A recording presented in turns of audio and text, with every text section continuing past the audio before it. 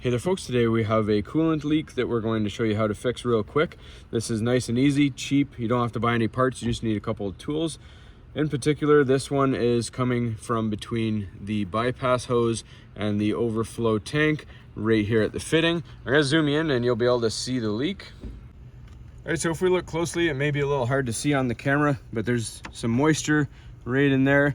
And as you can see, when I wiggle it back and forth, it is fairly loose. You can actually see a couple bubbles. So we're gonna take the clamp off. Just be careful if the vehicle is hot.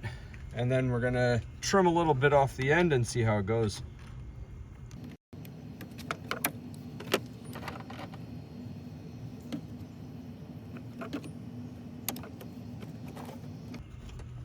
So as you can see, very mangled on the end.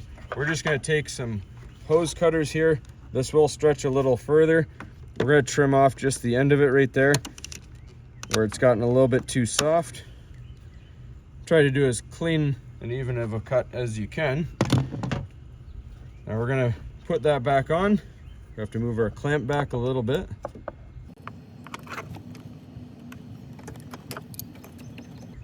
So when you push this on, you will feel it is a little bit tighter. And that is a good sign.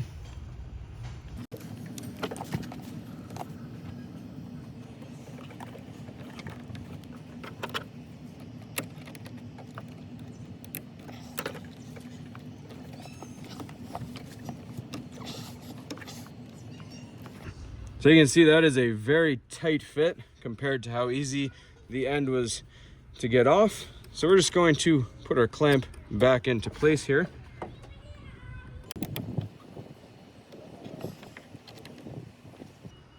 I just gotta pull on it like that, give it a little flex. So hopefully that fixes it. If that's your only leak, it's a nice quick fix. I diagnosed it because I saw all the coolant was forming around there, but that tight fit compared to that flimsy little piece, you can see how flimsy and deformed that has gotten. So this is the end on the fitting right here, you can see, and we flip it over. Just the fresh cut is a lot smaller. So that's good news. Hopefully you found this helpful, everybody.